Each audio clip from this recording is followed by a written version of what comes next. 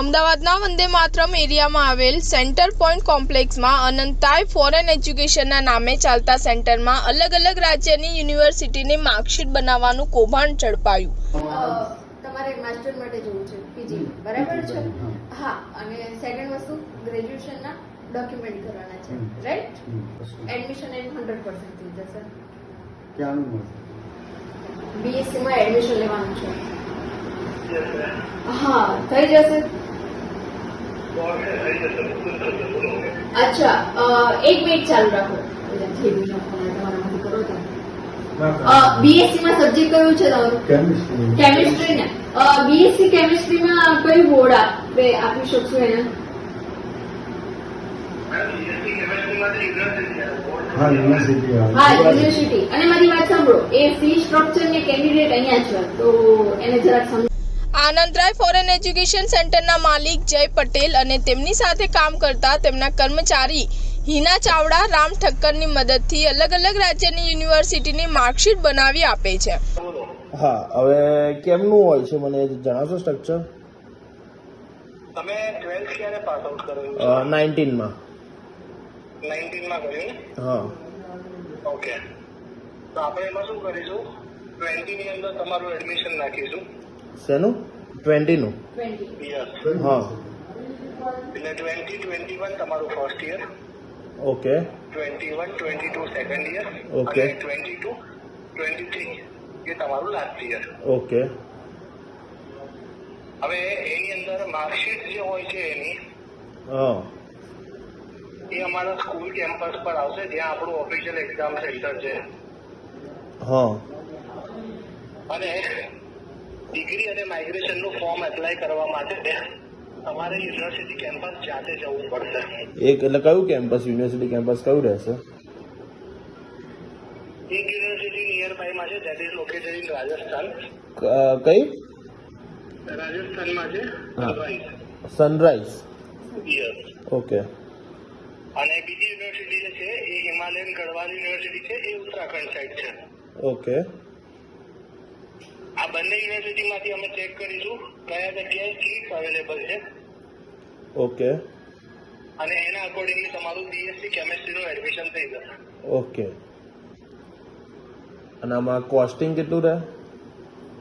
આમાં પર યરની ફીસ છે ને 55,000 હોય છે। 55 કે 65? 55, ડબલ 5। ડબલ 5 એટલે 51, 110, 110 ને 165। યસ, એ તમારી યુનિવર્સિટી અકાઉન્ટમાં પે કરવાના। ઓકે અને યુનિવર્સિટી અકાઉન્ટમાં પે કરો એટલે શું છે, તમારી પાસે એક રેકોર્ડ ને પ્રૂફ રહે કે યસ તમે પેમેન્ટ યુનિવર્સિટીને જ આપેલું છે। ઓકે અને જે અમે લોકોએ કન્સલ્ટિંગ કર્યું અને એડમિશન કર્યું એનો અમારો ચાર્જીસ હોય છે 5,000 રૂપીસ। ઓકે એ તમે અમારા અકાઉન્ટમાં અમને પે કરશો, એ યુનિવર્સિટીમાં નહીં જાય। ઓકે કેટલો ટાઈમ થશે? અમારી પાસે 3 to 4 મંથની અંદર આવી જતું હોય છે। ઓકે અમે તમને જે રિસિપ્ટ આપીશું ને હા કન્સલ્ટિંગની, એની અંદર અમે 6 મંથનું ડ્યુરેશન ઓફિશિયલી લખીને આપીશું। ઓકે બટ એની પહેલા તમારી પાસે તમારા માર્કશીટ હાથમાં હશે, ઓકે અને જે દિવસે માર્કશીટ તમને મળે છે નેક્સ્ટ ડે તમે યુનિવર્સિટી કેમ્પસ જતા રહો, તમારે ડિગ્રી અને માઇગ્રેશન આ બે તો કમ્પલસરી લેવાના છે। અને માની લો કે જો તમે આગળ અબ્રોડમાં બી જવા માંગો છો તો LOR, MOI, ટ્રાન્સક્રિપ્ટ જેટલાની પણ જરૂર પડે હા એ બધું તમારે યુનિવર્સિટીમાં જ એપ્લાય કરવાનું, હા યુનિવર્સિટી અકાઉન્ટમાં જ એની ફીસ ભરવાની ત્યાં આગળ જ, ઓકે અને એ લોકો તમને રિસિપ્ટ આપશે ફી પેમેન્ટની। હા એ ફી પેમેન્ટની રિસિપ્ટ તમારે પોતાની પાસે સાચવી રાખવાની, અને જે ત્યાં એડમિશનનું કરનાર હોય ને મેડમ, એમનો ખાલી તમારે નંબર લઈ લેવાનો, કારણ કે જનરલી છે ને 30 to 35 ડેઝની અંદર એ લોકો ડિગ્રી ડિસ્પેચ કરતા હોય છે, પણ સમ હાઉ યુનિવર્સિટી બાજુથી જો સેટ પર લેટ થાય ને તો તમે એટલીસ્ટ ફોન કરીને પૂછી શકો કે મેડમ મારું કુરિયર કેટલે છે। ઓકે કારણ કે એનો જવાબ શું છે, એનો જવાબ ખાલી સ્ટુડન્ટને મળે, ઓકે એનો જવાબ અમને લોકોને ના મળે। અમારી પાસે ખાલી માર્કશીટનું નહીં બધાનું હોય એટલા માટે। ઓકે ના, તમે ગવર્મેન્ટ જોબમાં પણ એપ્લાય કરી શકો છો। અમે લોકો યુનિવર્સિટીના ઓથોરાઇઝ એડમિશન પાર્ટનર્સ છીએ। ઓકે ગુજરાત રાજ્યની અંદર તો બેંકનું ટ્રાન્ઝેક્શન તો બેંક આપણે 21, 22, 23 બધા તો બેંકનું ટ્રાન્ઝેક્શન તો 24 નું થશે, ઇસ્યુ નહીં આવે ને એનો? ના, એમાં કેવું હોય છે, હા યુનિવર્સિટી એવું કહે છે કે ભાઈ જે સ્ટુડન્ટ્સને ટુ બી ઓનેસ્ટ આ વસ્તુ એવી છે કે કોઈને ટ્રસ્ટ ના પણ દેશે, રાઈટ? હા એના માટે યુનિવર્સિટી તમારા પાસેથી એમના અકાઉન્ટની અંદર પેમેન્ટ લે છે. હા બાકી તમને શું કહે છે કે તમે લોકો જ યુનિવર્સિટીના અકાઉન્ટની અંદર જાતે પેમેન્ટ કરો, હા સ્ટુડન્ટ પાસે ના કરાવશો. હા બટ અમુક વખતે શું હોય કે જયારે ફર્સ્ટ ટાઈમ કોઈની જોડે ડીલ કરતા હોય અને ટ્રસ્ટ બિલ્ડઅપ હોય, રાઈટ?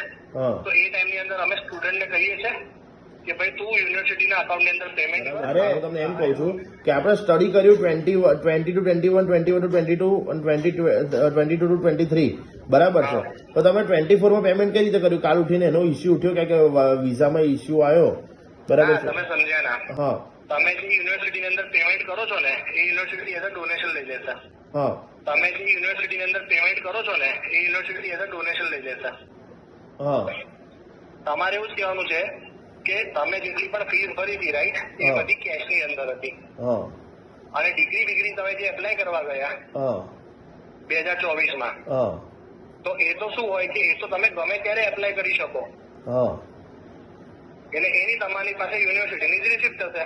હા પ્રોબ્લેમ સોલ્વ.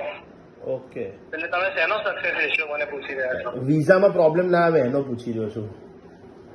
વિઝામાં કોઈ જગ્યાએ સમજો જે પણ વ્યક્તિ જેન્યુઅન યુનિવર્સિટી રાખતું હોય હા એ જ તમને આવું કહી શકે કે ફિઝિકલી જાતે જાઓ. ઓકે પહેલી વસ્તુ.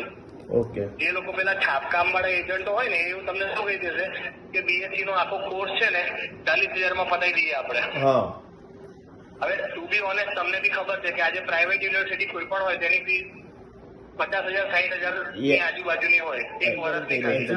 યુનિવર્સિટીના લીધે કોઈ પ્રોબ્લેમ નહીં આવે. ઓકે હા, એ વેરિફિકેશન ક્લિયરિટી થઈ જશે. ઓકે ડન છે.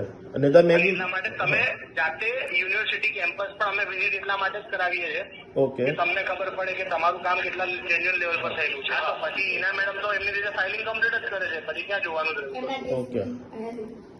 ડન છે. બરાબર. હા હા, લો આપો એમને ચાલો. સર, આમનું કંઈ પણ ક્વેરી જેવું લાગશે તો પછી હું તમારી જોડે કોર્ડિનેશન કરાવીશ અકોર્ડિંગ આના માટે, ઠીક છે? બાકીનું વિઝા પ્રોસેસિંગ તો એ તો હું અહીંયાથી કરી દઈશ, એટલે ખાલી માર્કશીટનું રિલેવન્ટ જે બી હશે એનું કોર્ડિનેશન કરશું, ઠીક છે? યુનિવર્સિટીમાં મેડમ કોઈ કરતા કોઈ તકલીફ નહીં આવે. આપણે ખાલી વેરિફિકેશન થઈ જવું જોઈએ, મેન ઇશ્યુ એ જ છે. ઓકે, ડન છે. હા, જાતે જ જઈ રહ્યો છે, એટલે કોઈ ઇશ્યુ નથી. નો વરી ઇશ્યુ, ડન છે. તમારા વિઝા થયેલા જ ખરા કોઈ અહીંયાથી સક્સેસ? વાંધો નહીં. અને હું આમનું જ કામ કરું છું, સ્ટુડન્ટનું પણ. આમાં કેવું છે, આ માર્કશીટમાં ગણે MOI બેઝ ઉપર બી કરે છે, કેમ કે પર્સન્ટેજ વધારો હોય છે, હા એટલે યુકેમાં બી ઇઝીલી થઈ જાય છે. એટલે જો તમે અકોર્ડિંગ મારી શ્યોરિટી જોતી હોય તો હું તમને આપી દઈશ, એનો કોઈ ઇશ્યુ નથી. કેમ કે માર્કશીટથી લઈને વિઝા પ્રોસેસ છે કામ સ્ક્રીનશોટ ના લેતા, ફોનની રેકોર્ડ નહીં કરતા ને, સ્ક્રીનશોટ ના લેતા, ફોનની રેકોર્ડ નહીં કરતા ને. ના માર્કશીટમાં ખોડામાં જશે તો ખોડા ના પડે. ના ના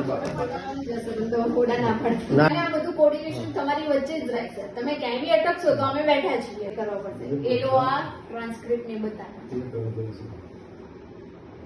હિન્દી મીડિયમ એટલે સંસ્કાર ઓપન સ્કૂલ એ એજ્યુકેશન રાજસ્થાનની હશે, ત્રિપુરાની છે. ત્રિપુરાની છે. હા, 10th સ્ટેન્ડર્ડની બી 10th અને 12th નું બી છે. મારા કાઉન્સેલિંગના વિઝા પ્રોસેસના 15,000 રૂપિયા ચાર્જીસ છે. એમાં તમારી ટોટલી એપ્લિકેશન ચાર્જીસ રિલેવન્ટ તમારા ડોક્યુમેન્ટ બધું છે. ઓસ્ટ્રેલિયાના રિસ્ક છે, કેમ કે હા વચ્ચે ગેપ છે ગેપ એટલે આવી જશે. ગેપ આવી જશે એના લીધે સક્સેસના આપણે જે રેશિયો કહીએ એ ખાસા ડાઉન થઈ જાય છે. હા. મતલબ 50% જેવા ડાઉન થઈ જાય છે.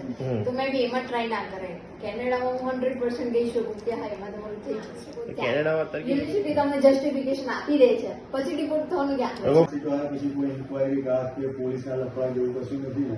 ના, કશું જ નથી. પછી ત્યાં કંઈ ગ્રામાયણ થઈને અહીંયા થયું ના ના ના ના ના, નહીં થાય એવું કંઈ. પછી તો આ પછી કોઈ ઇન્કવાયરી કે પોલીસના લખવા જેવું કશું નથી ને? ના, કશું જ નથી. પછી ત્યાં કંઈ ગ્રામાયણ થઈને અહીંયા થયું ના ના ના ના ના, નહીં થાય એવું કંઈ. તમારું કામ કામ થઈ જશે કમ્પ્લેનની. તમે જાતે યુનિવર્સિટી જશો, તમારું ડિગ્રીનું ફોર્મ યુનિવર્સિટીમાં એપ્લાય કરશો, યુનિવર્સિટીમાં પેમેન્ટ કરશો અને યુનિવર્સિટીએ તમને કુરિયર કરશે. મારી પાસે ટોટલી અત્યારે 4 છે. એમાં એક છે રાજસ્થાન, એ રાજસ્થાનની છે સનરાઈઝ યુનિવર્સિટી. બીજી છે ઉત્તરાખંડની જે છે હિમાલયન ગઢવાલ યુનિવર્સિટી. ત્રીજી છે મોનાદ યુનિવર્સિટી જે નોર્થમાં યુપીથી થોડી સાઈડ પર રહી જાય છે. અને ચોથી મારી પાસે અવેલેબલ છે ISBM યુનિવર્સિટી પુણે. તો 19, 20, 21 અને 21, 22 આ રીતે. હવે એમાં તમારી માર્કશીટ આવે ને, એટલે માર્કશીટ અને જોડે સ્ટુડન્ટ જે પણ હોય એને પોતાનું આધાર કાર્ડ એ બંને લઈ જવાનું હોય છે યુનિવર્સિટી કેમ્પસ. યુનિવર્સિટી કેમ્પસ પર શું કરાવશે એ લોકો, તમારી માર્કશીટ જે હશે ને એની ઝેરોક્સ કોપી અને તમારા આધાર કાર્ડની કોપી એ બંનેનું અટેચમેન્ટ કરાવીને પોતાની પાસે લેશે. તમને ફોર્મ આપશે, ડિગ્રી, માઇગ્રેશન, LOR, MOI વગેરે જે પણ તમારે એપ્લાય કરવાનું છે એનું ફોર્મ આપશે. તમે ફોર્મ ફિલઅપ કરશો એટલે એ ફીસ કહેશે કે ભાઈ LOR, MOI, ડિગ્રી અને બધાની સાથે ફોર એક્ઝામ્પલ ₹5 થાય, ₹10 થાય, વોટ એવર ઇટ ઇઝ, એ તમે યુનિવર્સિટીને પેમેન્ટ કરશો. પેમેન્ટ કરશો એટલે યુનિવર્સિટીવાળા તમને રિસિપ્ટ પણ આપશે એની. અચ્છા, આપણે જેમાં ગુજરાત યુનિવર્સિટીમાં સર્ટિફિકેટ Exactly. હોય છે તો એક્ઝેક્ટલી અંદર લઈ લે તમે પોતાની રિસિપ્ટ યુનિવર્સિટીથી લઈને આવશો. હવે એ લોકોને તમે ત્યાં ઓન ધ સ્પોટ પૂછી પણ લેશો કે ભાઈ ફોર એક્ઝામ્પલ કેટલા ટાઈમની અંદર મારી ડિગ્રી અને એ બધું મારા ઘરે કુરિયરમાં આવી જશે. હવે ધારો કેવું કહે છે કે ભાઈ 30 ડેઝની અંદર આવી જશે. તો એની અંદર પણ હું જોખોટ શું રાખું છું કે જે તમને 30 ડેઝનું કમિટમેન્ટ આપી રહ્યા છે એ મેડમ ત્યાં બેઠા હોય તો મેડમ અને સર હોય તો સર. જનરલી જયા મેડમ બેઠા હોય છે, હું વાત કરું રાજસ્થાનની તો બરાબર, સનરાઈઝમાં તો જયા મેડમ બેઠા હોય છે. તો જયા મેડમને કહી દેવાનું કે ભાઈ મેડમ મને ઓફિસનો કંઈક નંબર એક આપી દો. અચ્છા, તો હું કે કોન્ટેક્ટ હું કોન્ટેક્ટ કરી શકું. ફોર એક્ઝામ્પલ 30 ડેઝની અંદર કુરિયર ડિસ્પેચ નથી થયું કે કંઈ 1-2 દિવસ આગુ પાછું થાય છે તો એ તમને ખાલી આઈડિયા રહે, માહિતી રહે. That's it. અમારી પાસે જનરલી આ વર્ક છે ને 3 months 4 monthsની અંદર આવી જતું હોય છે, પણ અમે લોકો સામે 6 months કહીએ છીએ. બીકોઝ યુનિવર્સિટી શું હોય કે અમુક વખતે નવા કોર્સના અપ્રુવલ માટે પણ એપ્લાય કરતું હોય, કારણ કે યુનિવર્સિટીનો મતલબ જ એ છે કે બધા જ કોર્સીસ એને જોઈતા હોય.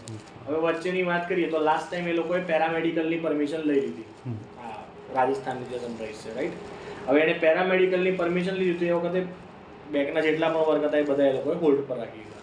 હવે 3 monthsનું જે વર્ક હતું એની અંદર 15 દિવસ વધી ગયા, કારણ કે 15 દિવસ ઇન્સ્પેક્શનના લીધે એક પણ કુરિયર એ લોકોએ ડિસ્પેચ કર્યું જ નથી. હવે એની અંદર હું તમને ફોર એક્ઝામ્પલ કહું છું કે ભાઈ 3 મહિનાની અંદર વર્ક પતી જાય છે, પણ 2 દિવસ કે 3 દિવસ બી આગળ પાછા થાય તો તમને અંદર જેવું થાય કે સાલું શું પ્રોબ્લેમ આવ્યો છે. 70-30 માર્કશીટ્સ આવશે એટલે 30% તમે ક્લિયર કરશો. એનો અમે ચેક લઈશું. ચેક તમારી માર્કશીટ્સ તમે કલેક્ટ કરવા આવશો અને અમે ચેક ડિપોઝિટ કરીશું. તમે ચેકથી આપો છો તો 18% GST એડ કરીને આપવાનું. ₹55,000 તમારી BSc કેમેસ્ટ્રીની 1 વર્ષની ફી છે. ઇન્ટુ 3 કરો એટલે તમારી 3 વર્ષની ફીસ કમ્પ્લીટ થઈ. અમારો કન્સલ્ટિંગ ચાર્જ ₹5,000. હા, અપોઇન્ટમેન્ટ ડેટ પહેલા લઈ શકીએ છીએ.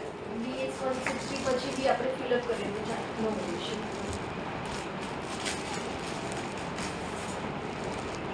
આ જે માર્કશીટ હોય ને એની પાછળ આ રીતે ડિસ્પેચ નંબર આવે,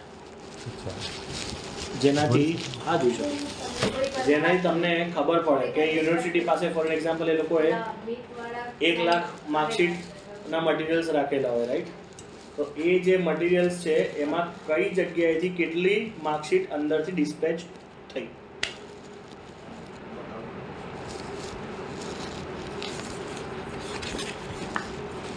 વેરિફિકેશન કેવી રીતના કરશો અહીંયા બેઠા? હવે અમે નથી કરતા, કદાચ ક્રોસ વેરિફિકેશન એ લોકોએ કર્યું, કોઈએ કર્યું.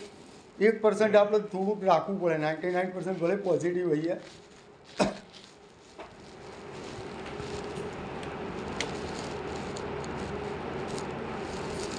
બેચલર પાસની છે ને, BA જનરલ કોર્સ હતો.